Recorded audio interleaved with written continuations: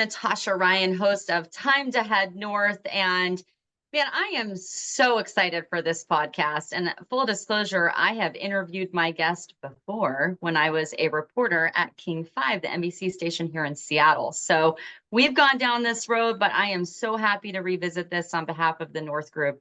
Mike, thank you so much for joining me. My pleasure. Talking about fallen heroes and things like that it's a promise I make the family. So this is great. Thanks for the opportunity. Well, and our organization honors veterans every day. Most of our staff are veterans, and my dad is a veteran. So I fully support everything you're doing with the Fallen Heroes Project, and we'll get into all of that. But the reason I have Mike on the show is we live in the same community in Washington State, and I see this man walking, carrying a gigantic American flag on the regular. And it is such an honor to get to see that when you're driving down the street and see someone actually take the time to honor the people who have served this country. And I saw a post on our neighborhood group on Facebook and went, you know what? We need to have you on the podcast. So if you wouldn't mind, just give us a brief overview of your background. You served the country and what you've been up to since your service. I graduated from Lincoln High School in Seattle in 1965. Part of our group, of course, that was Vietnam. I went to work for Boeing, but other friends of mine went right into the service, different services. But one of them, a guy named Bill Denhoff, went into the Marine Corps. And he went to Vietnam and within 5 days was killed by a sniper. And he came home and I was part of the funeral because he was part of our grow-up friends, you know what I mean? Yeah. And I was so angry at that. What here was, 19 years old working for Boeing, 18 working for Boeing, and my friend was killed in Vietnam, and why wasn't I there, and all those questions. So what I did was got done with the funeral and drove over to the University District, and I joined the Marine Corps. 4 of us actually did that, 2 in the Marines, 2 in the Army. Found myself in boot camp in 1966, I joined in May, so it was July of 66, I was in boot camp. And did the Marine Corps stuff. Found myself early summer 67 in Vietnam. And I was there. I told somebody, they said, "Why are you here?" I said, "I'm here to kill the guy who killed my friend." Now I was, again, 18 years old, and sure. I was an angry young man who had just joined the Marine Corps during the Vietnam War. And I got off the plane in Da Nang and the heat hit me in the face and I went, what did I do? Then I got down to where they assigned me. The Marines came in as individual units and they assigned you places to fill in where they didn't tell you this, but what it turned out to be is where other Marines had died, they had to fill spaces. So you got off the plane, you went through some work, and then they sent you where you had to go. Me, I was sent to a place called Con Tien at the DMZ, the furthest north fire base in the country, and in I Corps. And the first thing that my lieutenant said to me when I got off the helicopter, he says, "So, you want to be alive tomorrow?" And he wasn't smiling. And I said, "What are you talking about?" He says, "I need you to dig a hole that's deeper than you're tall." He said, "Because when the word incoming starts coming in, and it will come in soon, you're going to want to have a deep hole to get into." That was my first exposure to Vietnam. Con Tien is one of those places. This isn't a negative on the press. It's one of those places the press didn't go. Yeah. We lived in the ground because of the incoming. And it was, like I said, the furthest north fire base. Well, so we were at the DMZ most of the time I was in Vietnam. And one day we were relieved. They said, "We're going to fly you back to Cam Lo Regional Headquarters." That was off the DMZ, but only by a few miles. But it seemed like, a lot of miles. Yeah. And we figured that we'd get to shower, eat, because we didn't eat regularly, get some mail, because we didn't get that either, because nobody came to where we were, because it was too dangerous. Right? Too dangerous, yeah. The nickname for Con Tien is Hill of Angels. Oof. Because a lot of angels were the only way you left. Okay.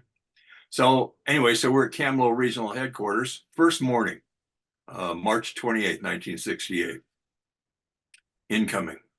We get hit. The Viet Cong or whatever I always say this in my talks, they didn't want me to be able to go home. So they hit us hard. And a friend of mine named Petter Armstrong, he's from Seattle. He went to Lincoln High School, graduated in 67. He got hit by a mortar round, and I grabbed a couple of my corpsmen, and we were trying to, I want to put this in a way that doesn't scare people. We were trying to make sure he got home. He was dead, okay? But as we were doing this, I noticed a friend of mine named Vincent Santinello got hit, and we were still under attack. Yeah. He said, corpsman up. We ran over to Vinny. I took Vinny, my friend, in my arms. My two corpsmen, Doc Nunn, Doc Malazzo, did everything they could possibly do. We're a bunch of young kids. Remember this, 18, 19 years old, right? Femoral artery, we couldn't spell femoral. You know what I mean? That's how, we knew blood and stuff, but, we Right. were young kids. Yeah. They did everything he could do to save his life, and they didn't succeed. But we knew in our heart that it wouldn't, but we didn't want him to be alone.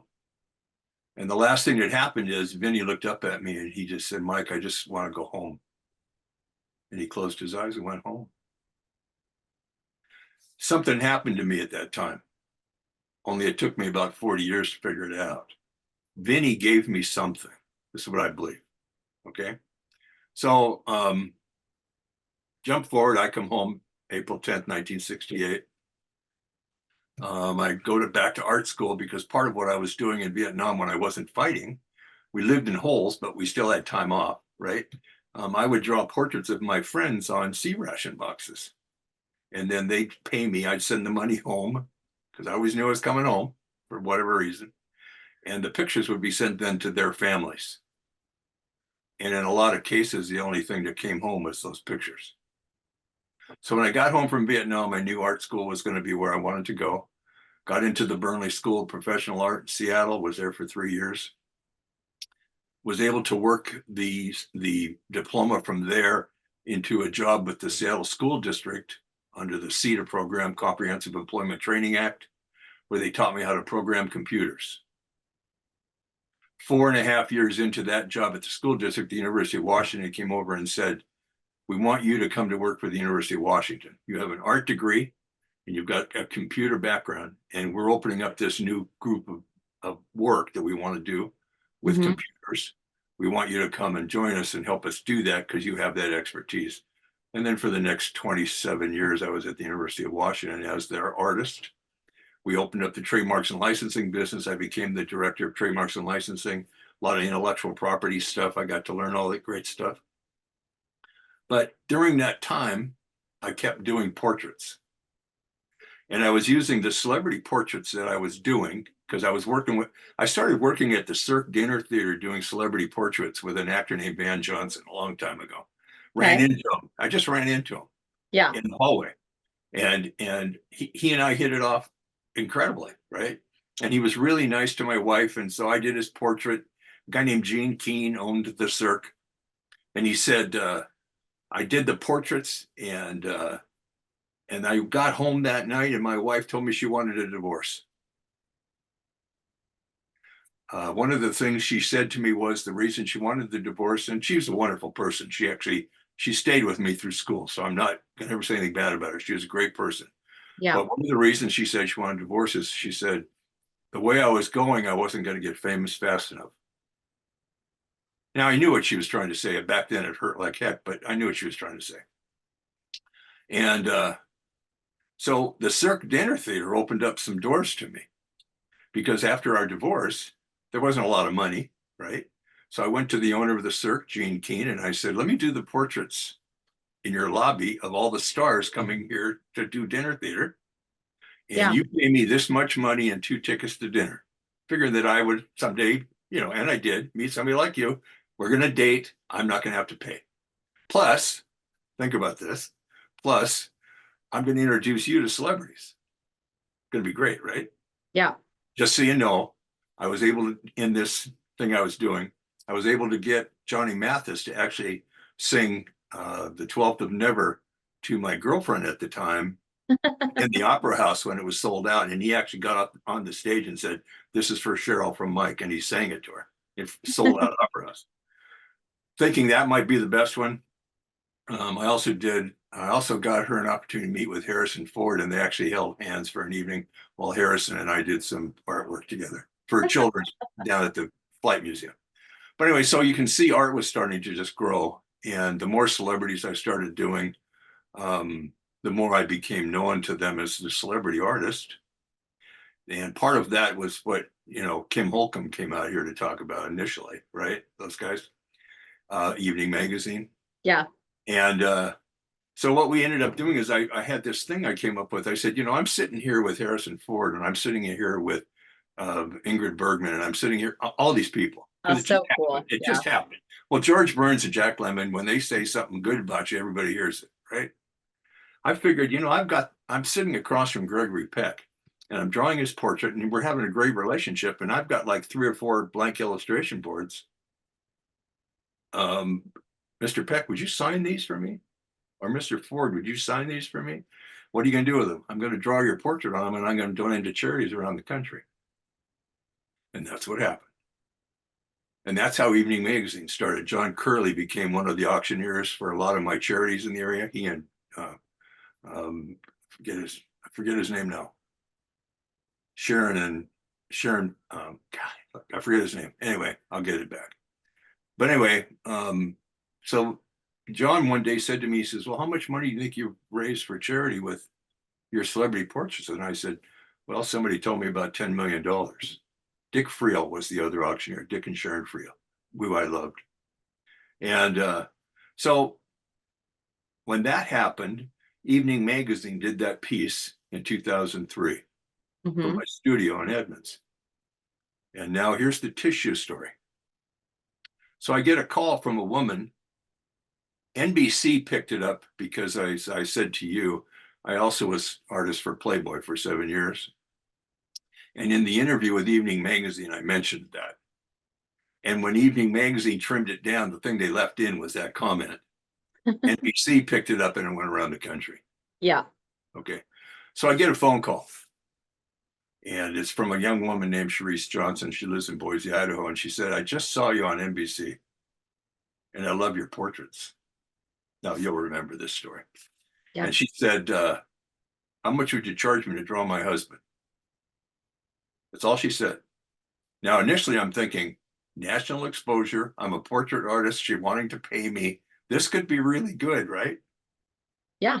And then she said he died last year in Iraq. And he was a corpsman. I said, I'm a Marine. Corpsmen are the bravest people I know. So I said, I can't charge you. Just send me a picture of your husband, Michael. And she did. I drew the picture. I sent it back to her like right away because I could tell in her voice it was important.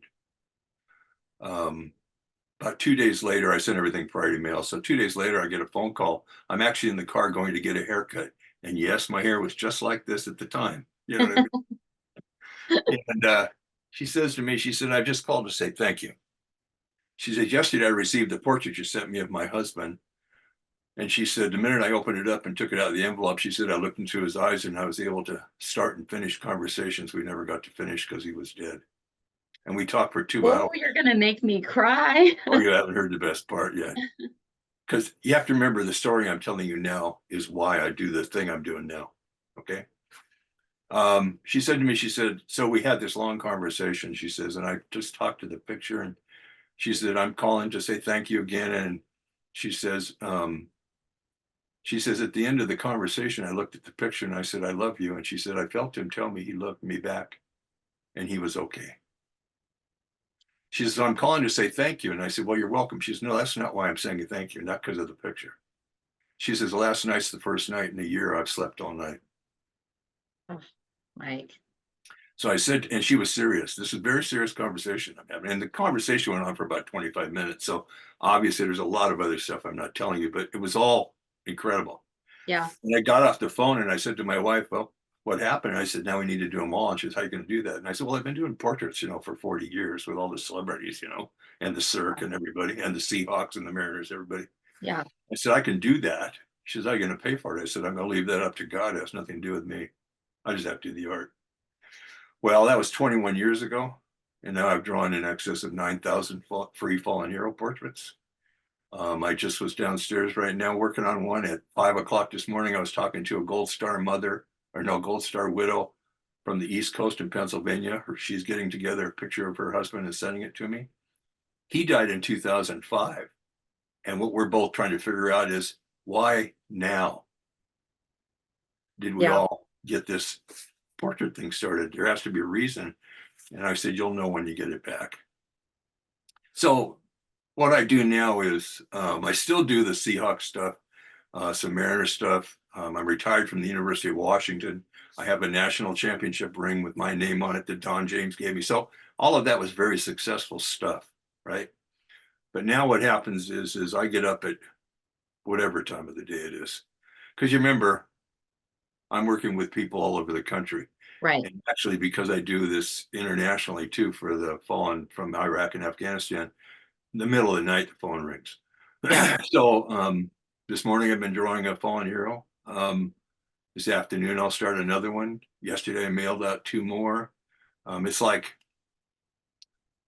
I figured out why I was born. I think, who was it? Mark Twain said that. There's 2 days in your life, the day you were born and the day you figure it out why you were born. Somebody told me that one day in a speech I was giving, and I realized that I now know why. I know why I was born and why I came home from Vietnam, and I know why you and I are talking right now. You just have the Someone's going to most, hear this. Someone's going to hear this, and it's going to bring somebody home to somebody. this is such a emotion grabbing, just absolutely beautiful story. And I think it would be remiss if I didn't say thank you for what you're doing. I mean, there are people who serve and have altruistic hearts, and just because the military service ends, it doesn't mean their heart ends in wanting to serve. And you are clearly one of those human beings. And I just appreciate that you exist. And I look forward to chatting with more people like you. Vinny, this is the book on that whole story on Vincent Santinello. This book happened only because someone like yourself did an interview of me back when, and people saw it, and I was able to get together with Vinny's family in Queens, and we ended up doing Vinny's portrait. And this book, written by his nephew, Ralph Morales, called The Saints' Letters from the Depths of Hell, only happened because of this project. And it That's talks about amazing. that day. One thing I don't want to miss, because if I do, there'll be really powerful people mad at me. See this right here? Yes, I was going to ask. This is the medal that the Medal of Honor Society gave to me in 2015. The Medal of Honor Society for service. This is called the Civilian Medal of Honor. Citizens before self honors. And they flew me back to DC for a week to get this, and it's all voted by Medal of Honor recipients, nobody else. And Leroy Petrie, a famous Medal of Honor recipient, said that it was unanimous when they saw what I was doing that they wanted me to have this, because they, of course, serve with the people that I'm drawing. The country of Poland found out about me because of this. And they called me and they said, we haven't had deaths in war since Iraq and Afghanistan. Can you help us out? Would you extend your project to us? And I said, I'm already doing Canada and Germany and Great Britain as part of this, our allies. I said, so of course. And they said, we have 67 fallen. Would you draw them all? And we'll create a Memorial Day kind of event around December, Christmas, and we'll present the portraits to the families at a big deal. And I said, as long as the families pick the portraits, that'd be great. Okay, I can do that. And so I Yeah. did them all. And then they called me and said, could you do 2 sets? Because we're opening up a museum in downtown Warsaw. And the second set will go in the museum. First thing you see when you walk in the door, it's a museum that recognizes the sacrifice of the fallen. And yeah, I'll do that. And we hijacked a truck on Highway 18 to load these pictures in crates so you could get to Chicago and get in an airplane that would fly to Warsaw so I could do it for free. I mean, it was like, I felt like I felt like the art mob, you know what I mean? It was like incredible.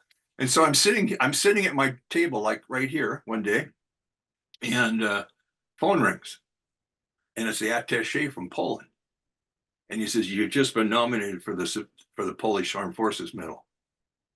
I said, but I'm a Marine, what do you mean? You know what I mean? He says, no, Yeah. what you did for the families, et cetera, And I said, okay. I said, what are the chances of that happening? He says, well, there's not a whole lot of people who aren't Polish who get that, or are forces people. And he says, but we'll know. So about a year later, I get a call and they say there's a general on the way from Warsaw. He needs to make an appointment with you. I said, for what? He says, to pin the medal on you. Because the families, and I have video of this, of course, it's all in Polish. And they actually made a book of all my art, a big hardbound table book, of their lost ones with the stories of all of them, which is incredible. Yeah. But he said he wants to come personally and put this on you and talk to you about what you did. Because he said we really hadn't had a reason since World War II to communicate with the families of our fallen until we saw what you were doing in the United States. And when we got you to agree to do it for us, that's perfect. Add to that real quick. After I got my medal, this one in DC, I was taken to a private party, my wife and I, and some of my friends from Vietnam that I'd been able to bring back to DC. I'm sitting at the table amongst all of these Medal of Honor recipients who voted me this medal. And I actually grabbed the medal like this in my hand, and I took my scotch in my other hand, and I looked at my wife and my corpsman from Vietnam, and I said, I need to go walk and look at the art. The Army Navy Club is you can't get in there, okay, unless you know somebody, right? Yeah. And but I needed to go for a walk, right? And Cheryl said, can I go with you? And I said, no. And Doc Nunn says, can I go with you? I said, no. Then they both understood that I needed time by myself. Yeah. So I got up to walk out. And I'm in the hallway coming out of where we were having our dinner. And I was lost. All I could think about were my friends in Vietnam that didn't come home, the ones that I was with, and all the people that I had drawn to get there into DC. And the voice behind me said, where are you going, Mike? And I said, I'm going to go look at the art. And he said, no, where are you going, Mike? And I turned around and it was Leroy Petrie. And he says, where are you going? And I said, I'm just an artist. I don't deserve this. And he started laughing, which I didn't understand at all. And he says, you don't understand anything about what you're doing, do you? And we went into a conversation where he told me that this is no joke. This is real. I think I explained that to you while we were talking, that he says, if you don't wear this, people won't know you have it. And we didn't give it to you as a joke. We gave it to you because of what you're doing. And I thanked him. And I said, I still got to go for my walk, though. There was still some of my drink left. You know what I mean? So I turned around to walk away. And then he says, oh, by the way, he was Special Forces. He said, I want to thank you for what you're doing for all those guys in Poland. And I turned around and I said, you're not supposed to know about that. Because I didn't want the press to know I was doing that. Yeah. I didn't want to be seen as doing this for press. Right. So the only way to do that is keep your mouth shut, right? Yeah. And so he said that to me, and I said, how do you know about it? He said, you're kidding.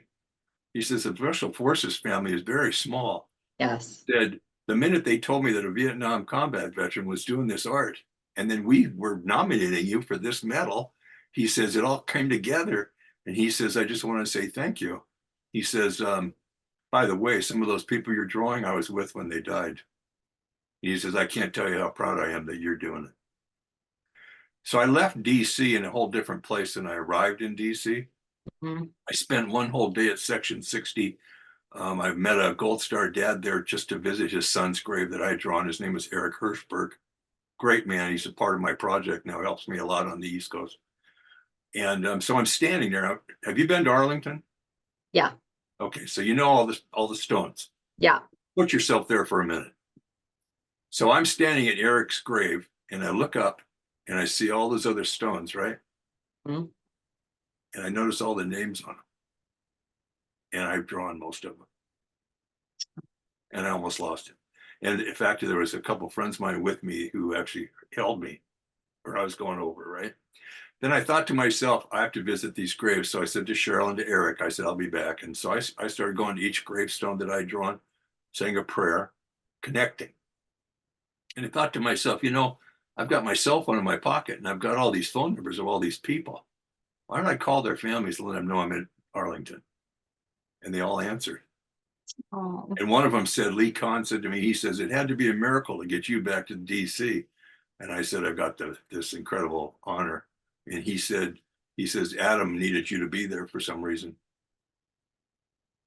which is another story, because there is another reason for I had to be there. But he said, if you're there, my son brought you there, because his son was buried there, obviously, Adam Kahn. But it's like, Gold Star Dad called me one day and he said, Mike, he says, you know what you're getting out of doing all this work? And I said, nothing, I do this for free. He says, no, what are you getting out of doing this? You know, and that's always been my biggest fear, is that somebody's going to think that I have some ulterior motive for doing this. yeah. I don't. In fact, one guy called me one day and he says, you're trying to get famous. And I said, man, I've done the portrait of the Pope, 7 presidents, and a ton of celebrities. I already was famous. I said, that's not the thing at all. Don't you know anything about me? And he says, oh. But anyway, so it's like, this dad called me 1 year after receiving his son's portrait, who died in Iraq. He too was a Marine Vietnam vet. Okay. He went through this. He made me angry enough, so I was paying attention. Ever notice how when you really get angry, you pay attention? Yes, I know that well. Well, he wanted to make sure, okay? Because he said, are you angry yet? And I said, yes. I said, you know. And he says, you are getting something out of doing this work. And I said, what is it? And he said, your soul has gotten to come home from Vietnam. Second he said it, I sat back down in my chair, a chill went up my back. And, you know, it was like the question I had about why had I given up 40 years of art to do this free? Because I did. Mariners paid me, think about this, you're a Seattle person. Yeah. The Mariners, in 2003, the Mariners paid me $70,000 to do a painting of Edgar Martinez that they put in print for them. They sold 500 of them at $1,000 a piece in 8 months. That's I mean, I'm thinking I made it. You know what I mean? Yeah. Yeah. It was shortly after that, though, that I started this project. So I kept saying to myself, why am I doing this? Why am I doing this? Even Dick Friel said, why are you doing this? And I couldn't figure it out other than Vinny. And that moment with Vinny, because Vinny gave his life. I had mine still, okay, and this ability, okay. But what came to mind is when the dad said to me, you got your soul back. I thought I came home whole, hadn't. And it wasn't until then, and I've talked to people since then who've known me, and they said, you've changed a lot since that time. You know, I want to touch on this a little bit more. So, you know, everyone can see your actual work behind you right now and how beautiful your portraits are and how talented. Dorson 17 right there on my right, Brian Bill. Yesterday was the anniversary of that horrible loss, 31 SEALs. He's one of them. Just incredible. And I would love for you to speak to the fact it allowed you, you know, your art to heal in a way. And we see art programs like in Ukraine for soldiers that have gone through, you know, trauma and their families. Can you talk to how important art can be as a way of therapy for people? Well, it's interesting because over the last couple of years, I've been working on some programs with the VFWs up here on just that. Okay, because here's how I explain. I gave a speech last week at an art thing in Linwood, and here's what I said. I've been out of Vietnam since April 10th, 1968, but I still have the nightmares. I'm older. I've had them enough that I'm able to handle them. They're not comfortable. But there's times when, like Cheryl says, where are you going? And it's 1:30 in the morning. I said, I'm going downstairs to draw. She says, they're here. I said, they are. So what I do is I go downstairs and actually Kim Holcomb, actually the 2009 piece that Kim did that she won the Emmy for, you'll see it talks about how I start my drawings early in the morning with a cup of coffee, and it actually shows my cat, which is kind of cool. And what I do is I get partner in crime. You bet. And I get up, get my coffee, go downstairs, turn on the music. I say a little prayer, honestly, over a cross that hangs over my drawing table. My cats are there. And I start talking to this fallen hero that's on my drawing table, starting with the word thank you. And now what can I do?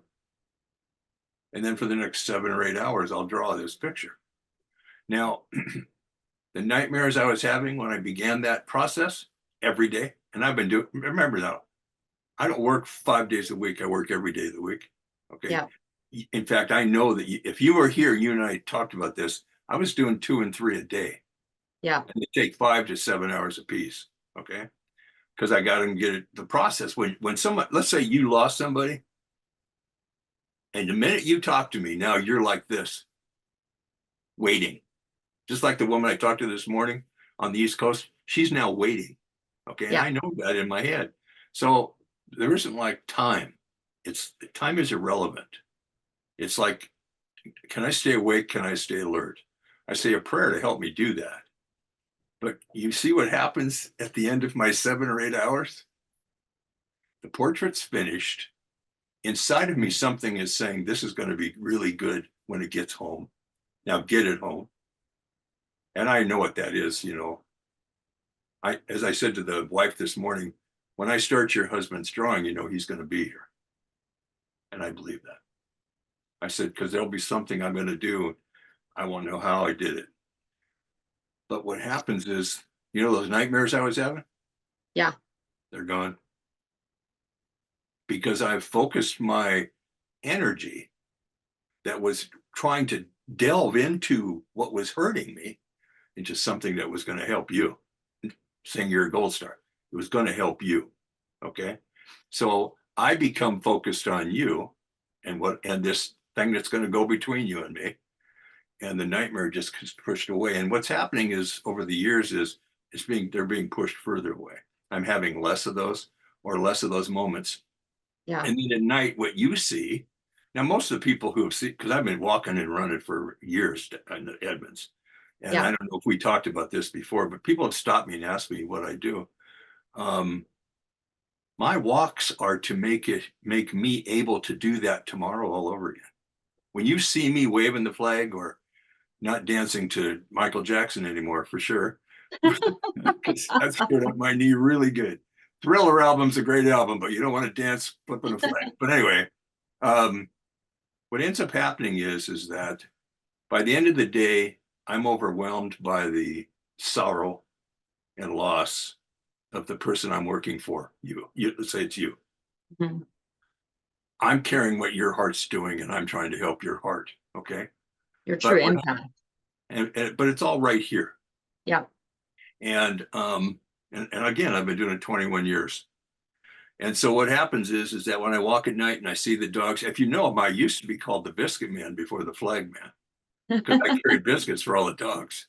And but now what happens is that when people stop me and ask me what's going on, I said, I'm remembering my friends. Because if you'd lost a son or a husband, a daughter or a wife in the war, they're now my friend. If I've just spent, and anybody wants to try and do what I'm about to tell you, this is all you have to do. Nobody will do it.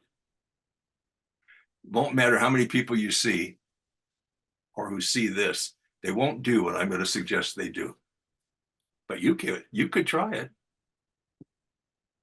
Take the person you love the most. Take a photograph of them. Tape it to something right in front of you.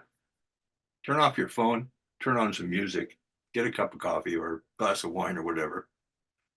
And for the next 5 hours, just stare at it. Don't talk. Don't let anybody interrupt you. Don't answer the phone. Don't answer the door. Don't do nothing. Okay? Just stare at that picture. And what's going to happen is that picture is going to start talking to you. And then have that conversation. That's what I do. I've done that 9,000 times with total strangers whose the only thing they have in common is they died for you and me. Mhm. So when I carry that flag, I'm carrying the flag for them because I can. And when somebody comes, I had a guy come up yelling at me one time. I was down on 9th Avenue someplace. This rough dude, you know. Guess he didn't know I was a Marine, but anyway. He starts yelling from his car, why are you carrying that damn Trump flag? And, you know, he's just going nuts because all I'm doing is heading down to the Edmonds Police Department where the Veterans Plaza is in the back, because that's my Yeah. safe place. Yeah. I speak there on a regular basis. It's my place, right? Okay. My friends are all there. We have bricks with my friends on them and me down there. Anyway, this guy's getting real grumpy and nasty, and sadly, and I let him just go crazy. And I looked at him and he says, "You're carrying the flag, blah, blah, blah, blah, blah." I said, "I'm carrying the flag because I'm a Vietnam combat veteran, Marine, blah, blah, blah, blah, blah." And I said, "I'm carrying this flag because I love the people, my friends who didn't come home." By that time, I had closed the distance between him and me. And then he went, "Oh, sorry." He says, "That's really good then." And he drove away. Because this morning, and I mean this seriously. This morning, I met someone new who died in 2005 in Iraq. Wonderful man. I talked to his wife and his daughter. I've learned about him. I haven't met him yet, but they're going to get me the piece that's going to introduce me to him. And then I'm going to spend 7 hours doing what I just suggested you do, looking into his face as somebody I love, to get him home so that his wife someday, and she knows this is going to happen because she brought it up too, someday when it's all framed and hung on her wall in the middle of the night, she'll do what I do, because they do that. I hear it all the time. She's going to get up and she's going to pull a chair up and she's going to sit in front of that picture and she's going to talk to her husband that she hasn't seen in 20 years, but misses every day. And we finally got the conversation today in an hour from, meeting me and being kind of shocked that I'd be on the phone with her to, 40 minutes later, she's crying, I'm crying. We're all of a sudden we're family. Okay. And there's still another step to that. But I do this work because of that. I take a 6-mile walk with my flag because of that. Okay. I'm still driving. My wife and I are still driving the 2 cars we had when I started this project 21 years ago. We weren't like that. When I was a successful artist, we had new cars every 2 years. But what we've done is we've decided that this is much more important. And there's a couple of pieces. PBS did a piece on me 10 years ago. Nice piece, no politics. And they actually, my wife is actually a part of it. And she's interviewed. John Sharifi did a 23-minute piece. He's so I great. love Sharifi. He's one of the best storytellers I've ever met. Well, and he and I got very close. And but he did a really good piece where my wife's actually in the piece. She hated being in the piece, but everything she said was because she lives it every day with me. You know what I mean? Yeah. All I'm trying to say to the veterans out there who are at risk is what I call them. Doesn't matter if they're old or young, male or female, it doesn't matter. None of that matters. If they're at risk, many times, call me. Do you want to learn how to draw? I can teach you how to draw. You want to learn how to focus something, some other place other than your pain? I've done that. I'm not a shrink someplace reading a book on how to do that. I'm a Vietnam combat veteran who was at the DMZ in 1967 and 68, who's had to learn that to be able to sit here today and talk to you. But I still have the effects of that. As I said to the wife this morning, I said, not mine, but the person I was talking to, I said, the pain you have, that loss, you're going to learn to deal with it, but you're never going to get rid of it. Because I can, I told you the story about Vinny. Yeah. And I told her she's getting the book, and I said it's a hard read, meant to be. But I said I think about him every day. He's right there, brother. He's the one over my left shoulder. Okay. And I see that face, and I feel the love. I feel the friendship. The difference between today and a year ago today, with Vinny in heaven, I know this, is Petter Armstrong from Lincoln High School, 67, and Tony Milazzo and John Nunn. The only one of us that's not there is me. But I know all those guys. When I go see over in Lake City, is where Petter is buried. And it's right on Bothell Everett Highway, Acacia. And I visit that grave. I'm the only one that does, but I visit it all the time. But when I visited it the last time on Memorial Day, I looked down and I said, I know you're all together. I said, just watch over me. You speak of your faith. And you have your cross hanging above you when you draw. Do you think God guides your pencil? I think God gave me my pencil. When I was in 1962, I was one of those guys who played sandlot football and up at Woodland Park and crashed into each other. And we broke things and tore things. And Yeah. we came home like, you couldn't buy enough insurance to protect us. But I hit a guy that was about 5 inches taller than me, and he knocked me on my butt because of it. And it broke my left arm. And I told this story just yesterday. I was sitting in my house, not able to go play football, freaking out because, one of my sophomore in high school, or just about summer. And there was a picture of Katharine Hepburn in a cover of a magazine. And I picked up the magazine. I grabbed a yellow tablet like this, pencil, and I just started drawing. Never drawn before in my life. I was a piano player, not a drawing artist. Yeah. And I loved the piano, but I couldn't do that either, Right. So I drew this picture, and it turned out so well that I started getting a lot of attention. I grew up in a household where we had 2 alcoholic parents, and there wasn't a lot of attention to be given to my family, but I was getting it because of this drawing. Of course, I'm a young kid now thinking, this is good. This is feeling good. So I took all the art courses I could, and that, of course, led me into all of this, right? But what's cool about it is in 1978, Wes Ullman, who was the mayor of Seattle, called me. I was just out of art school, and I was getting a little bit of reputation. I'd done some stuff for the Nordstrom, so people had started hearing my name and, had seen stuff. Wes Ullman says, out of the blue, Katharine Hepburn's coming to Seattle. She's doing a show at the Moore Theater, and we want to present her a wonderful portrait of yours at an event. Would you do it for us? And I said, yes, and I did do that. I didn't get invited. Hadn't reached that stage yet, right? But they wanted the art, just not the artist yet. And I have a duplicate original that I've done of that here at the house. You'd see why if you ever come over sometime. And you have already seen this, but you won't remember this. It's hanging right down as you walk into my gallery, because what Katharine Hepburn did is she wrote me a letter. Now she has Parkinson's, or had. And she was shaking really bad, so she didn't sign autographs. She hand wrote me a letter on her stationery. And all she said was, she says, I can't ever tell you what a relief it is to see drawings by someone who can draw.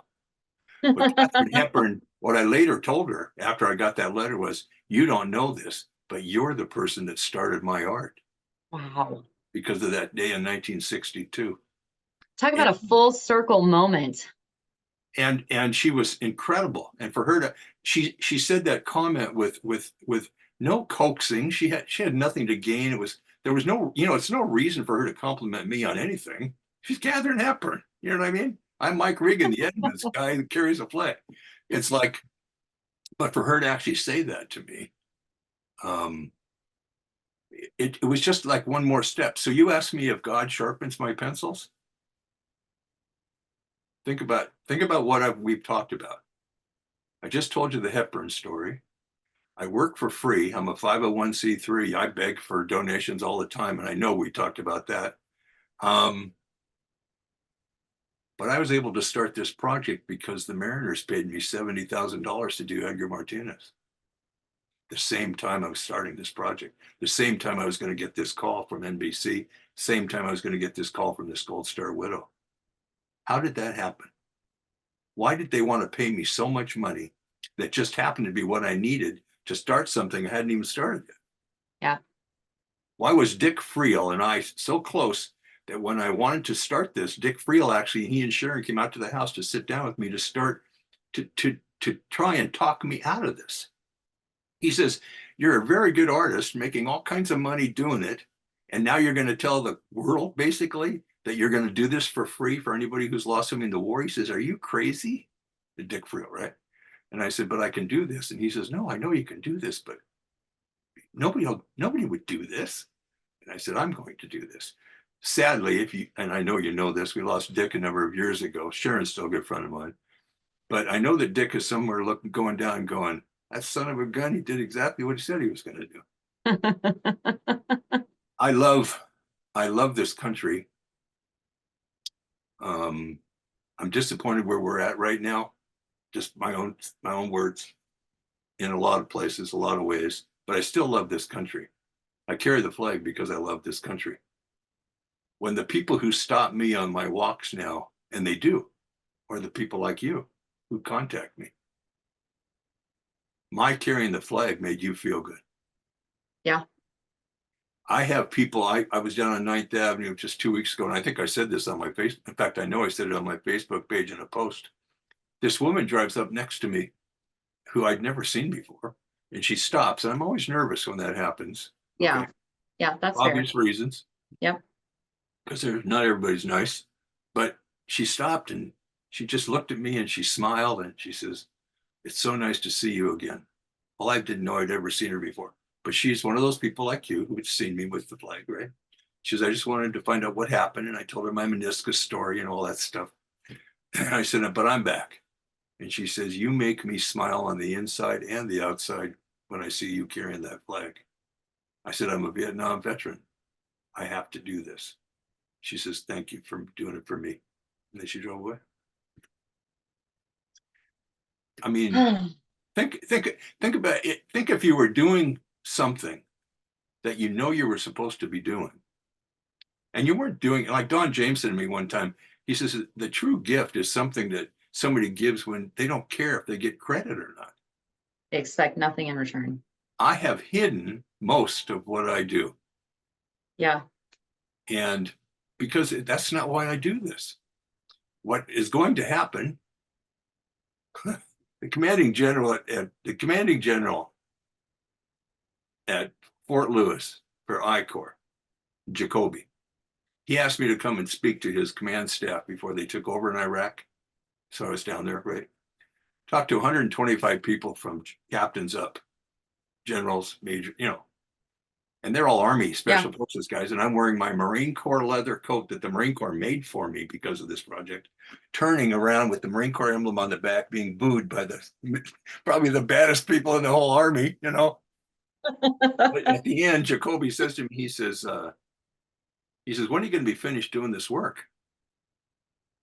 I said, well, I thought there'd be about 1,500 portraits I'd have to do. It'll last about 5 years. That's what I was thinking. This is what this might be. I said, we're way past that. He says, no kidding. He says, I ran into the families that you've drawn portraits for. He says, as long as people know you exist and they have a reason to call you to get a portrait done, they're not going to let you stop. I said, then I have the answer to your question. And he said, what's that? I said, the last portrait of a fallen hero that I will draw will be the day before someone has to draw mine. And I really mean that. The Statler drawing pencil people, the Crescent cardboard people, they've made sure Statler, I carry this pencil with me all the time because it says Statler on it. They're now only in Canada. They called me one day and they said, we love what you're doing so much is that when you need pencils, just call us. Here's the number. They'll be at your door. And they have done that. Same with Crescent cardboard, the Crescent artboard guys. And because most people do stuff on computer now, I'm still doing it on, the old way, right? Because I'm an old guy. Yeah. But if you've got something that in your heart is exactly what you're supposed to be doing, and you have the opportunity to do it, because that's what you were doing. You're doing that now, okay? And you don't take that opportunity. And I've said this in my talks when I go around town or around the country and talk. You're not doing what God wants you to do. I've had so many people, rich people, and I talk to Seattle Rotary and they come up to me and this is what they say. You've been to those meetings. Oh, I know you've been to those meetings. Yeah. Yeah. I have these guys who have more money than I'll ever see in my lifetime. They could reach in their wallet and fund my project for years just with what's in their wallet, right?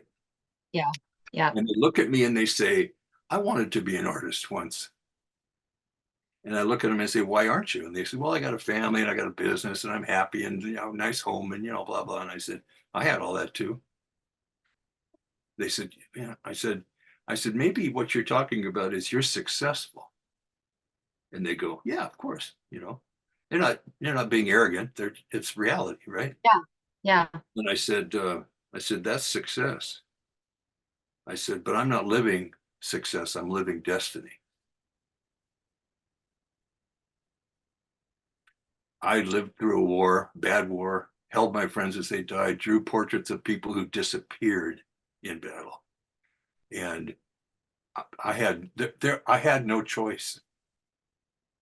And I do have a spirituality. I used to go to church all the time. I don't anymore because there's just too many questions. But I spend every day with God, trying to. And again, I'm using you as the example of a Gold Star family member, right? Yeah. Trying to make you feel better. And I don't know you for free. And what it's done is, I don't know if you'd have to be, maybe you might have to be me to understand, or no, you'd have to be a combat veteran to understand this. I did all that so my soul could come home. So I could be the nice person that you'd want to talk to. So I would be the smart person that knew that carrying the flag was important to other people besides just me. If you're so self-centered that you can't think that far out of the box, or if you need some kind of payment for everything you do, you're missing what you're supposed to do, no matter what it is. Well, I've sacrificed a lot. My wife has sacrificed a lot. But you know what? We have experiences that are just beyond description from people who, like the parents of Jada Johnson, who I just drew, who was just killed at Alderwood Mall. I know Oh, I drew her right away. Before 48 hours I was don't up, think, they had yeah, my I don't portrait think on we'll their wall. ever. Oh, Well, I met the family, and the mother looked at me, and I met him at the function we had last Sunday in Linwood. And she looked at me and she says, you'll never know what peace your drawing brought to our family within 48 hours of their daughter being shot. Think about this. Think about if you had the ability to do what you love to do, and it could bring peace to a heart that had to be crushed like hers was and her husband's. I did. I was able to do that because I put myself in that place. And now we're all close friends. I didn't know him 3 weeks ago. heartbreaking story. Just absolutely heartbreaking. Lily You know, Garcia. what a gift that you've been able to like find your purpose. Um, That's what we all seek, right? Like, why am I here? How can I make the world better? What am I doing to help people? if you and I were in the same room right now, we'd be hugging. We are 100%. we are hugging. When I gave my speech last week in Linwood, I had 4 or 5 Gold Star mothers there, and they were around me the whole time until I started talking, because we all love each other. Okay. And whenever we see each other, it doesn't matter. In fact, I know I told you about this. USAA does a Memorial Day speech every year from San Antonio. And in 2016, because I was wearing this in the video, they had me come down and do that. It's an 18-minute speech I gave on what we're basically talking about. And it was to 30,000 people live. But the hour before I started talking, I was spending an hour with all the Gold Star family members of the people I'd drawn in the San Antonio area, because they brought them all there. So I'm up on stage, and there's a nice video of this. I'll make sure you get a copy of it so you can just see it for Yeah, yourself. please. Because it's 18 minutes, it's not a lot of time, but it's incredible.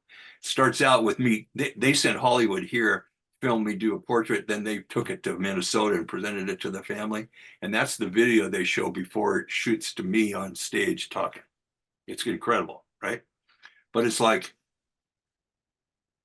I had never met these Gold Star family members other than through a conversation like you and I are having, and to do their portraits. And the second I walked in the door was like, everybody was home. Everybody, and I would put my arms around these young women who were lost their husbands, right? And you'd feel this tenseness as we were coming closer. Then we embrace, and they just fade. Everything would go, and then they just start Let crying. down. Yeah. What we have is, in fact, in the video that Kim did, the 2009 Evening Magazine piece, you can see that, because actually 3 people from Spokane, Kim Cole, came over to pick up her son's portrait here, and they were I'll filming. link that, by the way, in this write-up so that everyone listening can actually follow The that story. 2004 Evening Magazine is that first piece that happened in my studio that we mentioned, the Playmates. And then the 2009 is John Curley said there was an update they needed to do, and they actually did it. And Kim actually came to my house, because I know you know her. She knocked on my door and she says, John Curley told me to come interview you, and I have no idea what you do. 5 hours later, she left in tears. And a couple of weeks later, she had the big event down at the Moore or someplace where the Emmys were laid out, and they played her piece, and she taped it on her phone and sent it to me because she got an Emmy for it. The story is real. The deaths are real. What I'm doing is real. Okay. And there is no constraints. I don't care. I've drawn Muslims, blacks, whites, code talkers, Marines, Army, Navy, Coast Guard. It doesn't matter. There is none of those constraints that seem to be on everything anymore in this project. We don't talk about it. The only thing that, in fact, my board freaks out at the fact that I did this. But when I started this, I said, you have to remember, I'm a combat vet, right? Suicides will be our war deaths. So suicides are a part of my project. So we've been doing suicides since the beginning. Okay.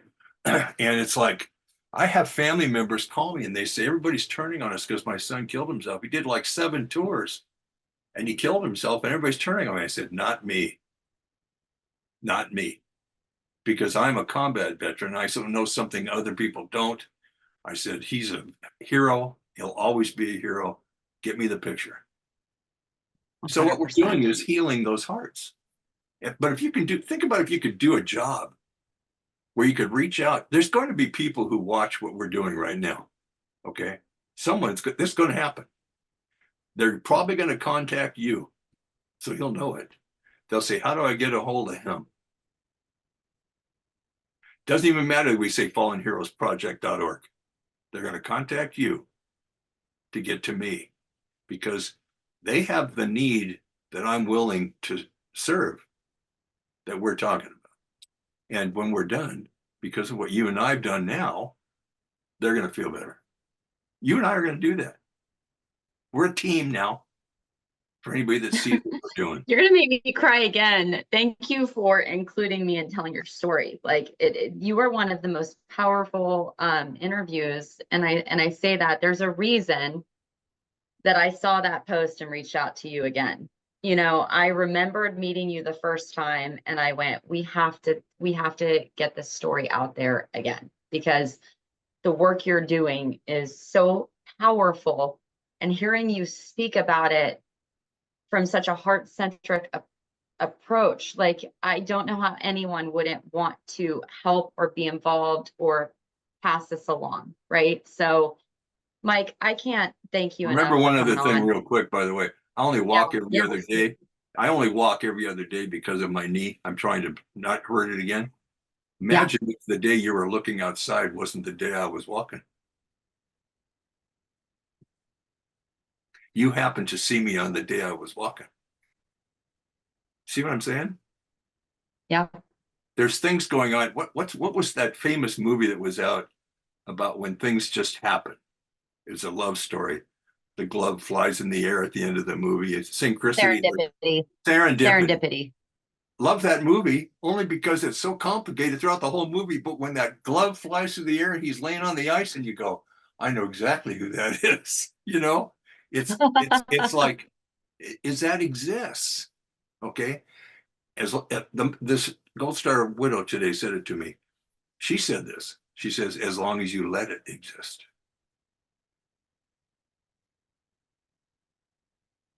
What I've decided to do is let it exist. I know I've done a lot of talking, so thank you. And just this, as you can Oh, see, 21 years of this, and it's like, this doesn't look very big, but it weighs a ton. And I had Woody Williams grab this one day for me. He just died. He's the oldest living World War II Medal of Honor recipient. He's a friend of mine, or was a friend of mine, I guess is. And he grabbed this one time. He was in Seattle for a thing at the Flight Museum, and he says, "You know what the difference between your medal and mine is?" And I said, "What?" He says, "Yours is better looking." This is the backside of the Tomb of the Unknown Soldier. That's what they decided to put on this, with all the stuff on the back. And beautiful. it's like there's so much going on that's wonderful. That if you're participating in something that you know you're supposed to be doing, you'll realize. If you're participating in something, and there's no right or wrong. If you're not participating in what you're supposed to be doing, you're going to miss a lot. You're going to miss a lot. In fact, like I said, I've had a lot of conversations with people whose the death of their loved one has sent them in a totally different direction in their life. And they're all going, as sad as that is, I wouldn't want to be anywhere else. Because I have those conversations all the time. You can hear, when you talk to somebody who's lost their husband or their daughter, or husband, wife, whatever, in war, and they've gone through the hell of it, and you hear them so definite about the direction they're taking with their life, you can't help but be in awe of them. Yes. Because they just got hit in the face with a board and they weren't expecting it. And yet here they are still standing up, trusting and loving again, people. And it's like Susie Boggess. Do you remember Susie Boggess, the singer? She did a song one time where I talked to her because I did her portrait a long time ago. And I said to her, this song should be the song for every Gold Star widow that's out there. And she said, why? And I said, what you're talking about is you're calling your husband who died, telling him you can't see him anymore because you've met somebody else. Because you've decided to let yourself love again. And the song it's in the album Sweet Danger, Susie Boggess. And it's like, you'll see it in a minute. You'll look at the titles, you'll see it. But if you listen to that song and you think about that being a Gold Star wife, what she's done is she's lived her life in hell because her husband's gone. Only God's given her this other thing for whatever reason. And it's taken a hold of her to the point where the pain, which will always be there, the song describes it that way, is now going to be replaced by some of the happiness of something else, which is like unheard of, right? But I told her, I said, that song needs it. And she says, I never thought about that. She says, but now that's all I'll ever think about. Whenever I hear that song, I have it on my iPod, all I think about are all these beautiful young women and men who are out there who lost their husbands and their wives in the war. And I talk about war against terrorism. And 4,000 Marines are now sent to the Middle East. So I told somebody our job will never be done. But what happens is that you get the opportunity. This is a big deal, what I'm about to say. They get the opportunity to love again because they're letting themselves do it. Yeah. If you want to be in pain, you are in pain. If you want to be justified, you don't need to be. It's all justified. But to let someone else, another man or a woman, enter into your life and try and take some of that pain away, you can do that. But you have to want to do that and not feel guilty about it, because you can't let any of that interfere with the emotion, right? And her song, and it's an incredible song, her song talks about that. You can see the struggle she had at the beginning to not let that happen.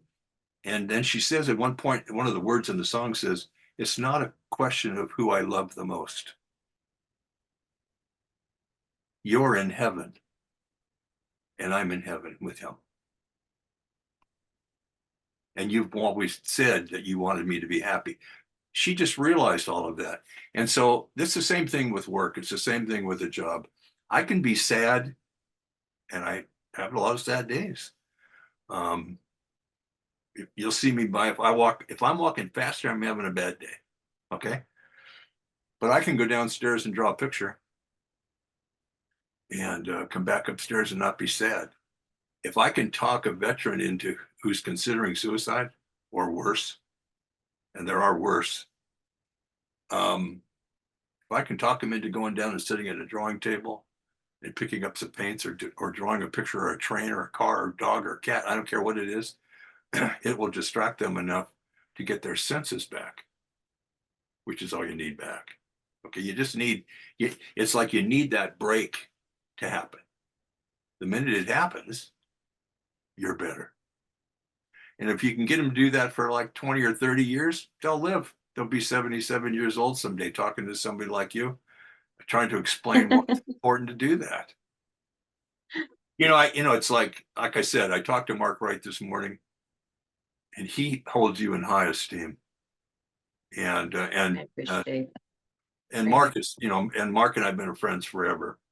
And so so I knew I was comfortable about having this conversation.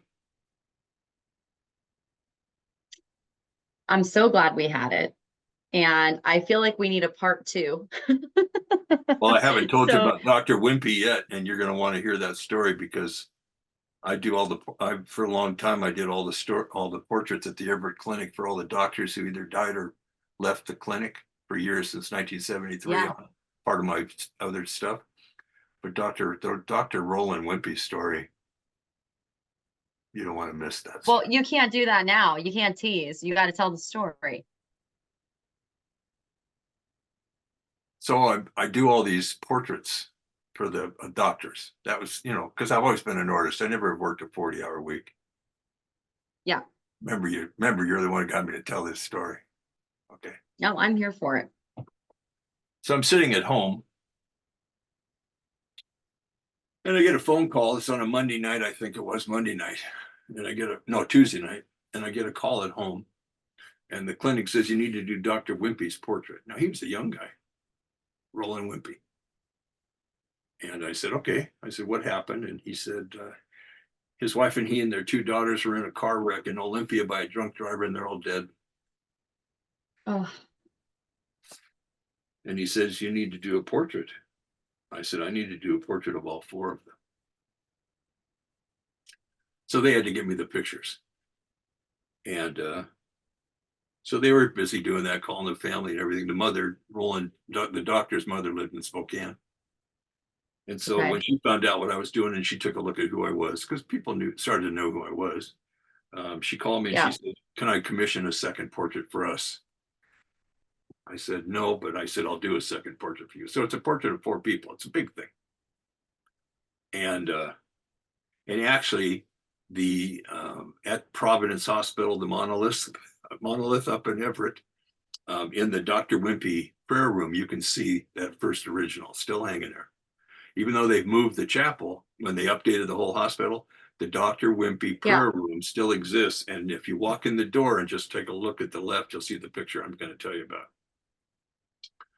So I had my studio actually in the room right next to where we're at right now, instead of where it's at. And I was a little nervous about this picture because the picture of the wife wasn't very good. It was one of those in the old days, way before you were born. There used to be this picture where you take a profile of the man, and then you'd take the front picture of the woman and head, and you'd put it inside the side. So it was like the woman was in the man's brain all the time. It's a gorgeous way. You don't Okay. do it anymore because of all kinds of reasons. But that's the only picture they had of the wife, because people don't think about getting pictures taken. It wasn't digital back then, right? Right. Right. And so I start to work and lay it out, and having some trouble figuring it out. But I start working on it. And I didn't say anything to Cheryl, my wife, at all about this while I was doing it. Everything I'm about to tell you is the truth. Um, the picture just started to happen. And I drew Dr. Wimpy, and then I drew his wife, and she turned out perfectly. He's looking this way, she's looking at him. And then the two little girls are down here, their portraits. And it turned out perfectly. It took me a week. They don't usually take that long. It took me a week. I was exhausted. First time you take typing class, that kind of exhausted, And it's like, Yeah. how many words can you type in a minute? I was two, without errors. But exhausted. I was exhausted and scared. And I walked out of, I wish you had seen Lily Garcia portrait video, but that's all right. Sometime we'll do that. Anyway, so I get done with the portrait and I walk into the living room and it's finished and it's on my drawing board and I know I've signed it, so it's done. And Cheryl had been watching me, and I've been, for a week, I'd been like a basket case for some reason. We didn't know why. And I got done and I went sit in the living room and I had a cup of coffee and I was talking to Cheryl and she said, "What's the matter?" And I said, "Picture's done," because I still have to do the second one. But I said, I need to take a week off because I had a deadline. They were going to do a big presentations, And, but I got to take some time off. She said, "How come?" I said, "I'm exhausted." And she said, "There's something else wrong." "What's wrong?" And I didn't know how to say what I was going to say. I was a little scared about doing this. And I said, "I didn't do the drawing." And of course, what does that mean? I said, there was a presence in my room with me. And I said, and I'd never felt that before. And she says, "Who do you think it was?" And I said, "I think it was one of the two little girls."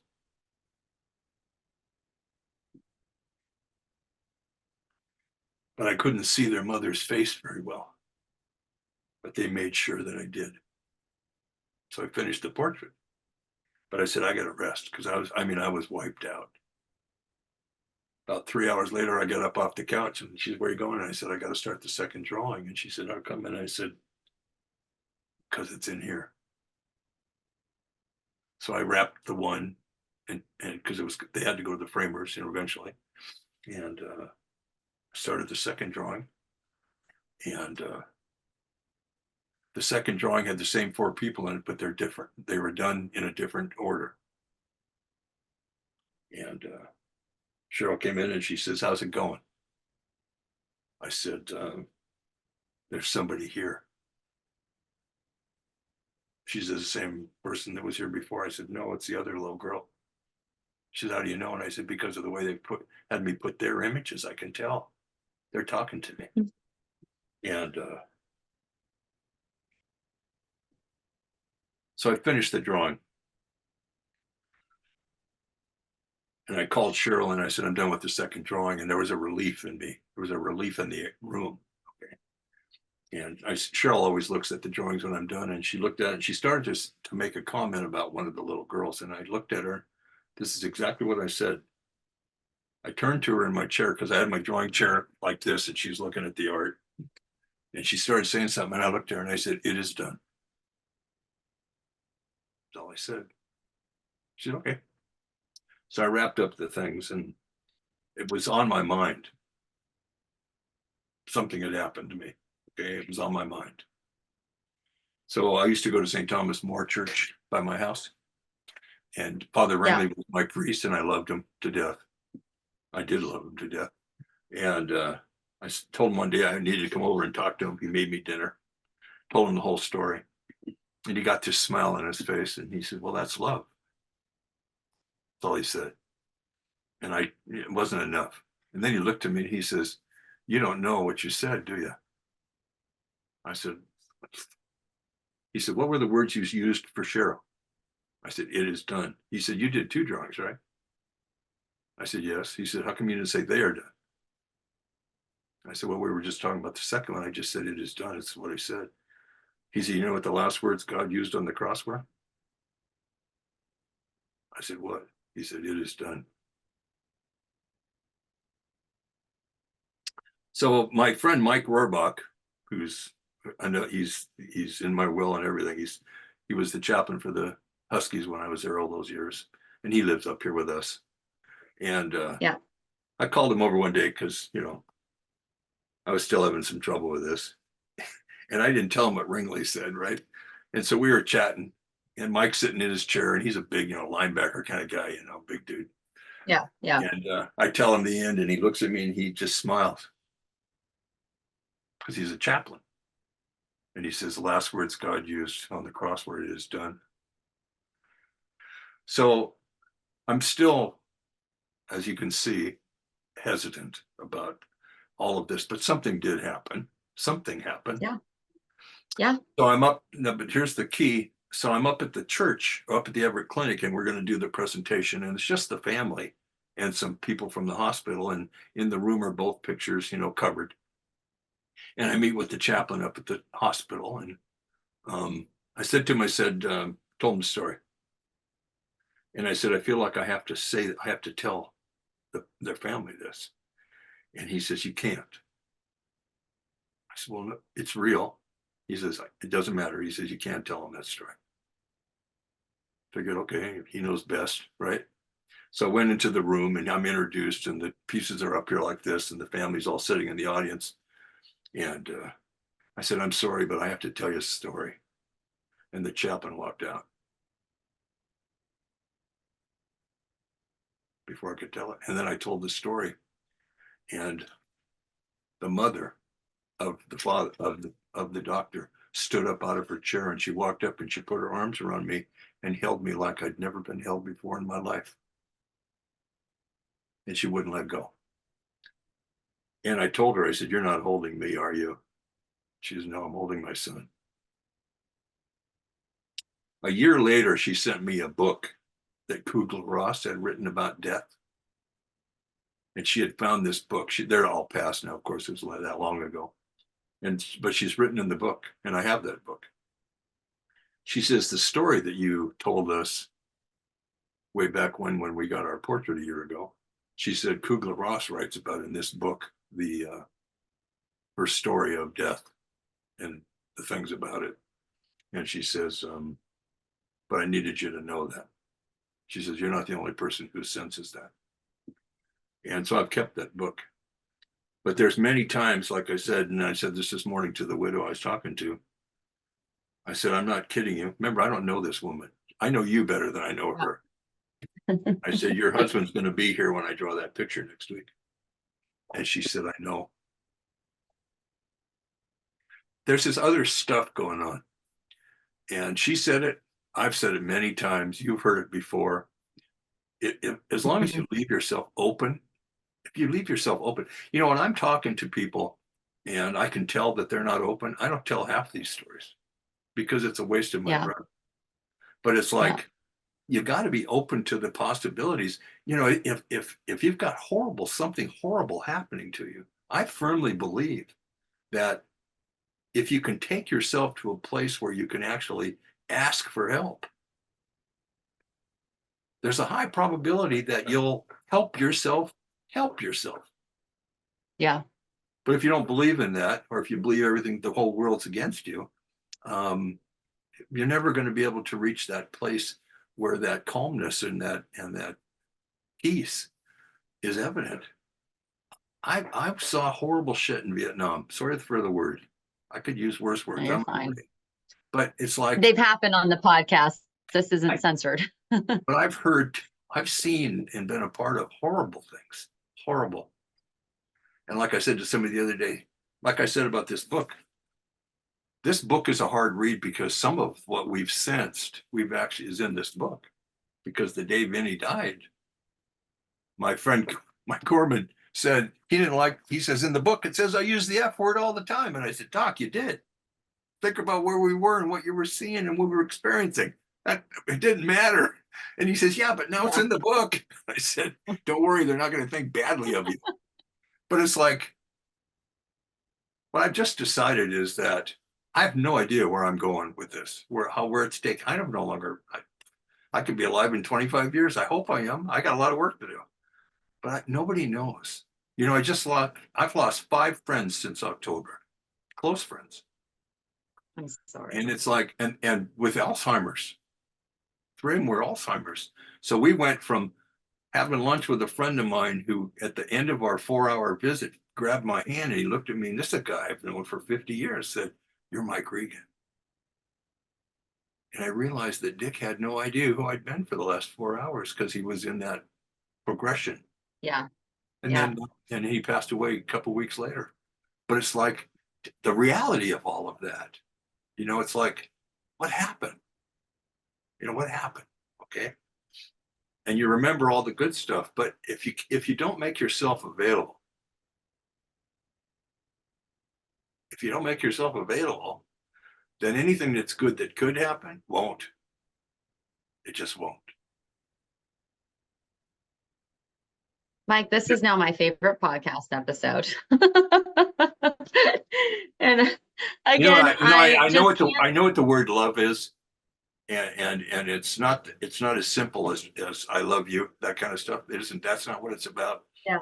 But I've learned in this project what that's about, and I have to.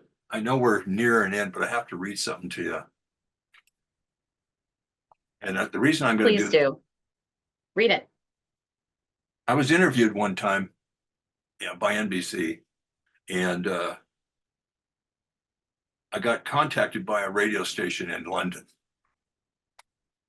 This is before I started doing the portraits in Great Britain. And they wanted me to talk to a Gold Star. Well, they didn't call them Gold Stars, but a mother of a soldier who had died in the war, a woman who had died in the war. And they wanted to do it on air live in London, England. And so the mother and I did like you and I are doing for an hour, live, drive time, London, England, 2:30 in the morning, Edmonds, whatever. When I got done, I was so wide awake, I went to my computer because I had a lot of emails, and this email was here. Okay. This will show you. I got this email from Sue Reeve. She's a published poet in England. Dear Mike, I know you're busy, but please will you take the time to read these words that I was given as a gift for you in honor of the work you do for the 2 worlds that brings them closer together. I kept hearing them and had to keep stopping my van and writing them down. These words say it all. This woman's never met me before, never heard anything about what I do, but now she's hearing me, and voices in her car are telling her words that she needs to write down. So she's stopping her van in traffic. To Mr. Mike Reagan, paint my face and send me home to rest my head once more. Look in my eyes to reach my soul and watch my spirit soar. Your guided hand is steered by God to paint and bring back hope. Portray the chain-connected link, entwine the knotted loop. What gift you have, you serve it well, unselfish work you give. Once more my folks can see again, within my portrait lives. You weren't picked by accident for doing what you should. A chosen man by God himself could see your heart is good. You've trod the fields of war that cries. You've held the hand of one who thanks you, friend, for being there, for laying down your gun. Your good will be repaid in life beyond the boundaries too. Your heart of gold that cares so much, my friend, we honor you. Comrades are standing side by side. Salutes the hands that draw his last portrait to their folks back home so they can see once more. Then it says, I hope you like it, Mike. And then she put this PS in. As I was getting these words, a sea of faces wanted to thank you, especially one person, the one who passed in battle you were with. It was like they stood back and let him come to the front of the queue. Then it says, God bless you, Sue Reeve. I never talked about Vincent Santinello in that interview. How'd she know about that guy?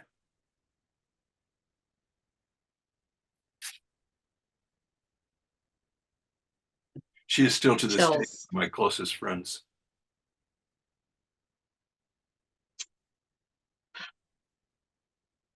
Mike, I hope you have a book with all these stories in it.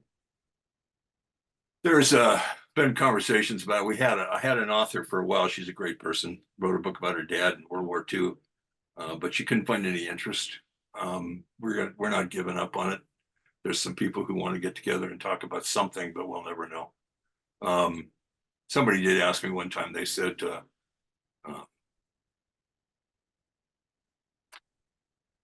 "What happens to the stories if you die?" I said, "Right now they go with me." Can I give you one final piece? Because I think Absolutely. it's important. I speak at Fort Lewis every once in a while when the war was going on too, and the new groups of fallen hero families, Gold Star families. And they have me bring my posters in, and most of these people know me, or if they don't, they're going to, it's a sad time, but we're trying to we try and make it serious, and we care. Mhm. So I usually read this letter when I give my talks, and this day I decided not to, but I still had it in my briefcase. But I decided not to for whatever reason. But this is a letter I received as a thank you letter from a portrait that I did. Words cannot even tell you how much the artwork means to my daughter and I. It really shows how much they look so much alike and how much my daughter and Michael share together.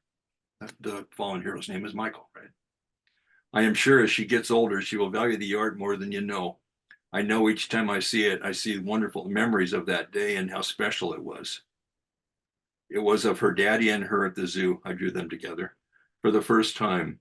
You really caught the impression of how much love he has for her. When it was dropped off, I had to hold it in to keep from breaking down. How special that was for us.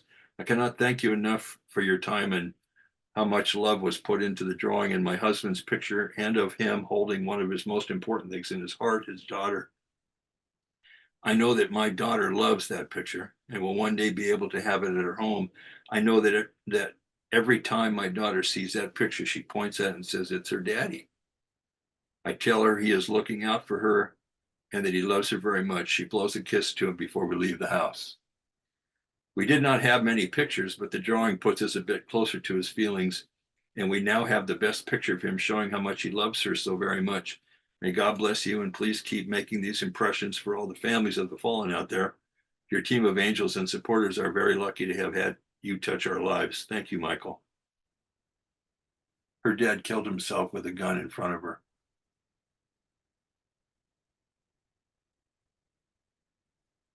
He shot himself in the head. Now you got that right. So I'm giving my talk at Fort Lewis, and I didn't read this. So there's a guy in a wheelchair from World War II who wants to see me. So they pull me off the stage and I go out in the hallway and I'm kneeling down with the guy and he's crying and we're talking, just the way it is, right? I see coming down the aisleway two women about your age. And I didn't recognize them, right? And but I noticed they were coming right at me, right? So I closed off my conversation with the vet and I stood up and this one woman walks up to me and she says, "I'm Elizabeth." The second she said that, I knew who she was. I said, I almost read your letter every day, but I didn't read it today. And she said, "Oh, I'm sure." I reached into my briefcase, just like I just did here, and brought the letter up. And she looked at me and she looked at her friend and she said, "He really did have the letter." And I said, "I really do read this, but for some reason I didn't today and I didn't know you were going to be here." And she started crying and her friend was there to hold her up, right? Because it's always emotional, right? And then Elizabeth looks at me and she says, "Do you want to meet my daughter?" The daughter from this letter. She's in daycare, and the other girl took off and grabbed her, and they came up, and pretty soon I'm standing there, and kind of in shock. Me, okay, and around her mother peeks this little tiny girl, And Mom says, this is the guy who drew your daddy and yours portrait. And she looks up at me and she smiles. And I said, can I have a hug? And she ran around her mother's legs and came and gave me a hug. My portrait took away the nightmare of her dad killing himself in front of her. Who did that? Now, when I talk about this and that, you always get in a large crowd, you always get, the minute I say he shot himself in the head, they all go, because I want them to. I want them to understand this is real. Yeah. But I'm not sure many of them understand that last part. This little girl knew who I was the second they told her, and she wanted a hug, and I gave it to her. And it all happened because I did a portrait of the two of them together. That's why I do what I do.